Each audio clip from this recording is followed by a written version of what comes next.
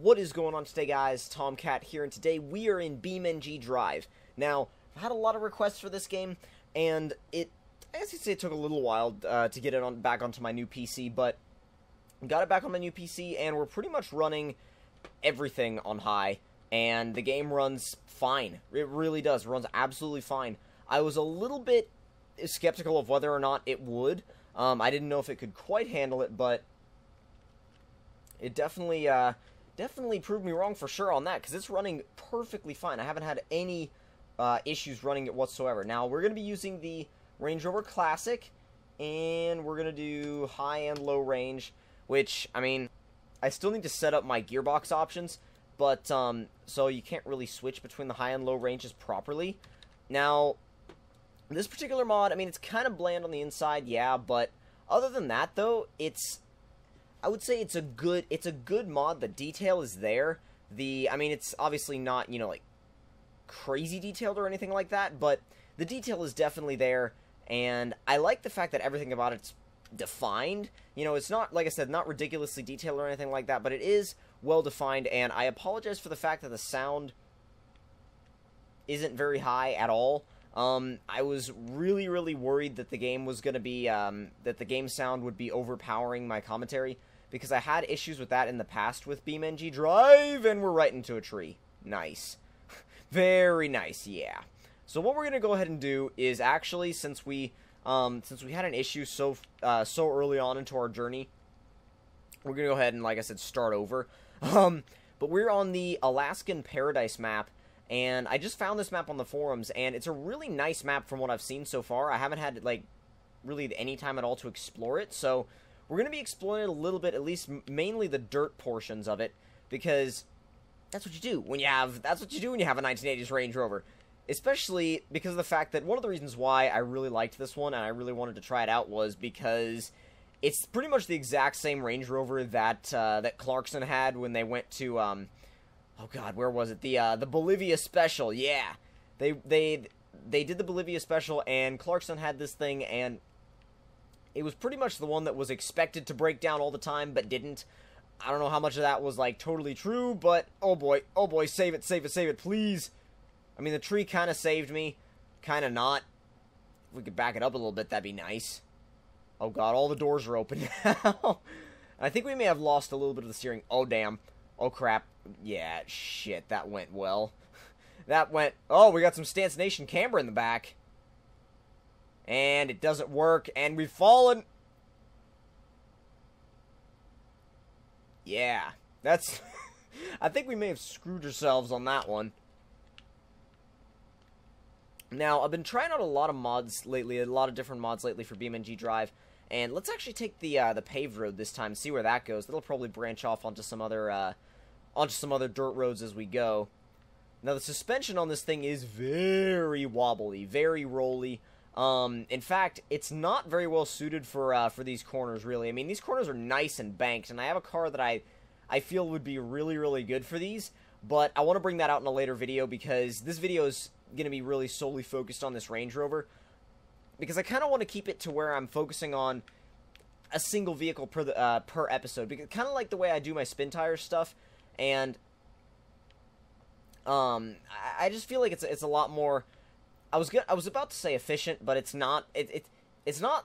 I would say more efficient. It's more like you're giving each mod the time it deserves. I feel like if you try to pack like 2 or 3 mods into one video, then you're kind of stretching it, and you're not really giving each mod the what do you call it? The amount of time, the amount of attention that each mod really deserves, because the time and effort was poured into these mods, and I feel like when I try and show 2 or 3 in a single video, I feel like I'm almost kind of cheating the mod out of the time that it could have gotten, because if I'm gonna feature it in a video, it's gonna be a high quality mod, and if it's a high quality mod, it deserves that extra time. It deserves that extra time to be shown to you guys, and just to be played in general. I mean, like, even if I wasn't, you know, making a video of this particular Range Rover, I'd still be playing the game with it. That's the kind of mods that I always show. It's gotta be a mod that I would personally, you know, just sit back and play some BeamNG.drive with. It's gotta be something that I would personally use in the game before I deem it deem it worthy to show to you guys, because that's one of the biggest mistakes I think that some people make. Sometimes they just show whatever mods they come across, and they don't really think about the fact that they really need to kind of be just a little bit more selective. And I try to be, like I said, really selective, so I can show only the best mods that I come across, at least in my opinion, to you guys. Now, the climbing capabilities with this thing is nice because of the way it's geared. You don't get that much wheel spin when you're going up hills, but it's pretty competent for, especially not for being, you know, ultra lifted or anything like that. And a lot of the stuff you see in BeamNG.drive is like, you got the buggies and stuff like that are either ridiculously lifted or have massive crawler tires or some kind of, you know, massively powerful engine. This isn't really like that, and we just did a loop. I just realized that. We just did a freaking loop. Let's get back on the paved road so we can find some other trails. But, what was I saying? I completely forgot what I was saying. Like, I literally completely forgot what I was saying. I did want to touch on Halo for a little bit. I posted an episode recently, and I may or may not continue posting Halo because, I mean, you guys liked it, you guys enjoyed it, but not a lot of people watched it. So we'll oh, no way. We saved it. Okay, we're good. But I realize that Halo isn't really kind of the target for what we're going for at least I guess you could say kind of my target audience. It's definitely not my target audience, and it's kind of something I just wanted to try out a little bit. So I may or may not keep posting Halo because I'll admit I spend more time in other games. I mean, I feel like I come off as like really, really new and not very knowledgeable when it comes to Halo, because I'm not very knowledgeable when it comes to Halo. It's just kind of a game that I play, almost, I guess you could say, kind of in my off time if I'm not playing one of my main games. And I feel like now that I've got BeamNG.drive, I'm gonna have to force myself to play pretty much anything else because I love BeamNG.drive, and whenever I have it, like when I had it on my last PC, I just kind of got consumed with it, like just modding it like crazy. And I think that's gonna happen again because now that I've got a PC that can fully perform with it and really handle it well, now I feel like I might just become glued to it, because that's generally what happens. Like I said, whenever I get my hands on BeamNG.drive, or any PC game really that's highly moddable. If you give me a PC game that's highly moddable, and if you give me a wealth of mods, I will stay on that game for a long time. And what I'm actually going to do is going to go back the same way and get on the other road. Or actually not get on the other road, but just kind of stay on the main road instead of turning off and going through the water. I just wanted to see where that one went. Now, you can't really see the actual... Uh-oh. Crap. Same problem. Oh, save yourself. There we go. It went into the water, and I was like, Oliver! No! The roof's a little bent in, but it's fine. It's fine. Range Rooney is good to go. And I would actually like to see if they have a... I'm actually going to look and see if there's a new Range Rover as well, because if there's a new Range Rover, I might actually kind of put it up against this one, just to see. That's weird. A couple of the letters are just disappearing. It's the Rage Rower. It's the Rage Rower. That's a bit odd. Although, oh god. Oh shit, that's not gone well at all. Oh no. We may have killed it. Yeah, oh, we killed it. Ugh. It still works, but we're not gonna... Yeah, no, we're not gonna keep using it at that point. Actually... Never mind. Never mind, I was trying to see if... I hit the M key, and I was like, ooh, does this bring up a map? And I don't know why I thought... I was like, ooh, maybe it'll bring up a map. No. No, it doesn't. I was like... And then after I realized that, I was like, M does something completely different in that game. What the hell were you thinking? I don't know, sometimes I just kind of like, if I've been playing a different game, some of the controls will just kind of transfer over in my mind, and I'll just be like, oh, this does this. I should hit this button. It does this. And without realizing that I've switched games, and then it's like, oh, yeah, right.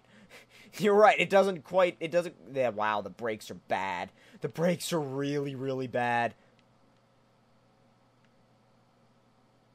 Not even gonna lie, man. The brakes are terrible.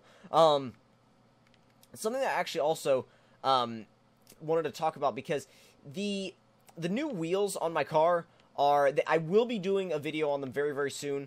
Most likely later today. If you're watching this on Sunday morning, it'll be up later today. Now, the only reason why it wasn't up earlier is because my GoPro was... Oh, crap. We're going off the edge again. Damn it. You know what? I'm going to just get back to where I was, and then I'm going to set a waypoint that I can just respawn at. But yeah, I was going to do a video on them the other day, but the only issue with that was the fact that, I was like, yeah, I'm going to do a video on my wheels, yeah! And then my GoPro was dead. So, you guys can imagine how that didn't really work. I actually got everything together. I went out, I was going to film, and then I held down the power button on my GoPro. I was like, I don't even know what I was saying. I was like, it's weird. But yeah, holding down the power button on my GoPro and my wheels come off. Respawn. There we go. Oh no. Really? It's gonna... Okay. Now. Right here. Thank you. That's the best respawn point we've had yet. But, so I went to film with my GoPro. It wouldn't turn on. It was dead. So, it's gonna be charging. And, it'll probably... I'll just make sure it has full charge before I do anything. And I'll be doing a kind of a walk around. I'll talk about the wheels a little bit. And I'll also talk about the tire setup that I have. Because it was a pretty dramatic change. I went from 215s at all four corners to 235s in the front and 255s in the rear. And then that's on 18 by 8.5 wheels in the front and 18 by 9.5 wheels in the back. And let me just tell you guys right now, when you're running a... right in the same spot, too. But when you're running a really sticky... let's say when you go from the not-so-sticky 215s to pretty damn sticky Michelin Pilot Super Sports on 235 front and 255 rear, you feel it. That's for sure. You feel actually a big difference. It's ridiculous how big the difference is. And there's a lot of stuff out there about how people say, like, oh, it's not going to be as fun, and oh, it's not going to be, you're going to be like half a second slower around a track if you were like a square setup versus a staggered setup. And I'm just like, you know what? The car is still just as fun to drive as before, and the fact that you can just attack stuff quicker now, and it's so much pointier, it almost gives it a little bit of an extra edge now, and it's really fun. It's really fun to kind of experience what you can do with it, and it's really satisfying too to really spend a while really choosing your wheel and tire sizes, which I did. I spent months and months and months really kind of debating and contemplating about what I wanted to have. I probably went through 4 different wheel and tire setup ideas before I settled on the one I wanted, and it really is, it doesn't take, first of all, it doesn't take anything away from the car at all. Don't let anybody tell you that it's going to take anything away from the car, because it doesn't. It actually enhances it. It's really, really sweet, and there's just something about the feeling of going through with a setup that you had the idea for. There's just something about that. I mean, I don't know, it's cool to actually have an idea and then try it out, and then if you like it, then it's just really satisfying to kind of see that idea and feel that idea kind of, I don't know, come out. It's an interesting feeling, and it's really cool. And I had actually posted a picture on Instagram of the of all 4 wheels and tires in the back of my car. Well, I say 3 of them in the back of my car and 1 of them in the passenger seat. The day, actually no, not the day before, the day I was going to put them on, and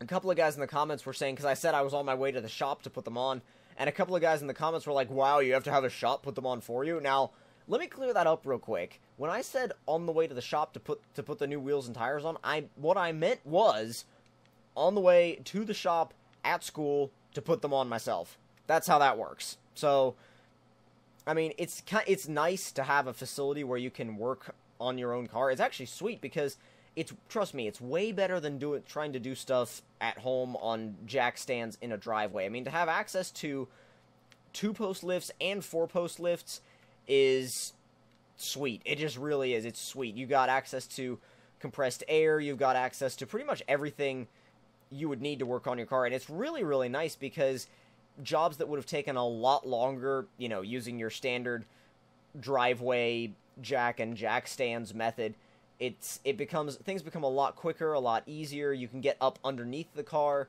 which I really, oh god, I broke it. It's broken. Broke the game. I don't know. What the hell? The thing just freaking froze in place. Holy shit, that's so weird. That has literally never happened to me before in BeamNG.drive. I don't know about you guys, but that has never happened to me before, ever. Like, never.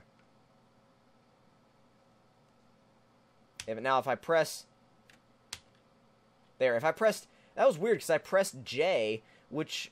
J, right now, it freezes the physics, but back there, when it was frozen, I pressed J, which is the freeze physics key, and it respawned me, which is really odd, and the thing was acting weird. The gearbox was acting really weird. It didn't want to shift. I don't think I actually came this way yet. Maybe I have. Like, some of the areas in the game, or this map, kind of look similar, so... Was my turn signal on? Apparently the turn signals don't work, but the indicator in the bottom right was saying, like, you got your turn signal. I don't think I've been up this way. No, I most definitely have not been up this way. The only thing about that, though, is the fact that, first of all, I cannot get the thing to go. Hello? It's not going. I mean, it'll do reverse, but... It doesn't have enough power. There, you gotta use the e-brake. You gotta put the e-brake on, rev it up, and then dump the e-brake to get it to go. Oh, crap. Oh, yeah. Oh, yeah. This is bad.